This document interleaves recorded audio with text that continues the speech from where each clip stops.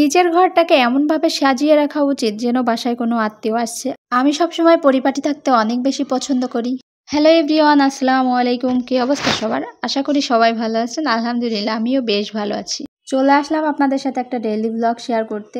আমি কাপড়গুলো পরিষ্কার করব তার জন্য রেখে দিয়েছি, আর খরগোশ দেখেন চেষ্টা করতেছে দেখার জন্য যে এখানে কি আছে। যদিও আমি সবসময় পরিপাটি থাকি, তারপরেও আমি একটু গুছিয়ে রাখছিলাম, আর আমার বাসায় আত্মীয় আসবে এই জন্য আরও।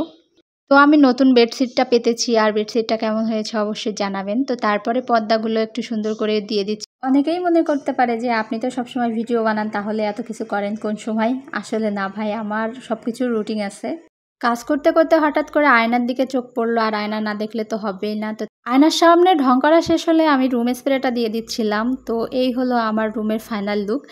তো আমার মতো কারা কারা সবসময় পরিষ্কার পরিচ্ছন্ন থাকতে, পরিপাটি থাকতে পছন্দ করেন অবশ্যই একটু কমেন্ট করে জানাবেন।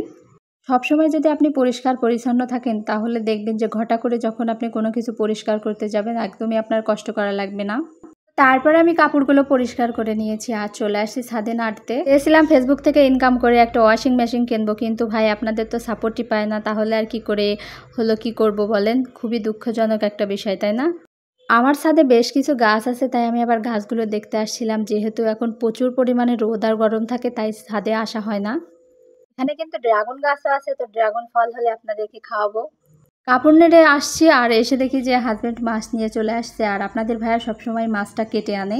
যে মহিলাটা মাছ কেটে দেয় সেই মহিলা আসেনি, এজন্য আজকে মাছ কাটতে পারেনি। আর এদিকে আমারও হাতে ব্যথা লেগেছে, তাই আমি আবার চিন্তা করছিলাম যে কি করব। এখানে তেলাপিয়া আর রুই মাছ ছিল, সাথে ছিল হলো চিংড়ি মাছ। আর চিংড়ি মাছ কিন্তু আমার অনেক বেশি পছন্দের মাছ। আমার সবসময় মানুষদের খাওয়াতে অনেক বেশি ভালো লাগে। আমার বাসায় যখন কেউ আসার কথা শুনি আমার অনেক বেশি ভালো লাগে। তো যাই হোক, চিংড়ি মাছের সাথে কিন্তু পাবদা মাছও ছিল, আর পাবদা মাছ ভুনা কিন্তু বেশ ভালো লাগে, তাই না? তো পাবদা মাছটা আমি অনেক কষ্ট করে কেটে নিয়েছি, আর চিংড়ি মাছটা কয়েকটা রান্না করব, তার জন্য আবার একটু হলো বেছে নিচ্ছিলাম। বাসায় যেহেতু বেশ কয়েকজন গেস্ট আসবে, আর আমার অনেক প্রকারের আইটেম রান্না করতে হবে, তাই আমি আবার রাত্রেবেলায় রান্না করার জন্য কিছু রুই মাছ আর চিংড়ি মাছ আর গরুর মাংসটা আমি রান্না করে রাখবো। আর এখানে কিন্তু আমি চিংড়ি মাছের জন্য মশলা করেছি।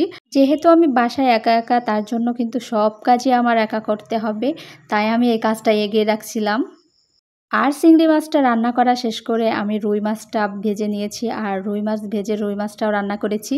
আর আমার বাসায় কারা আসছে আর হলো তাদের জন্য আমি কি করতে পারলাম, এসব নিয়ে কিন্তু থাকবে অন্য একটা ভিডিও, সেই ভিডিওটা দেখার আমন্ত্রণ রইল। যাই হোক, আমি মাছগুলো ভুনা করে নিচ্ছি, আর মাছ ভুনা দেখে যদি কারোর লোভ লাগে তাহলে কিন্তু একদমই আমি দায়ী না।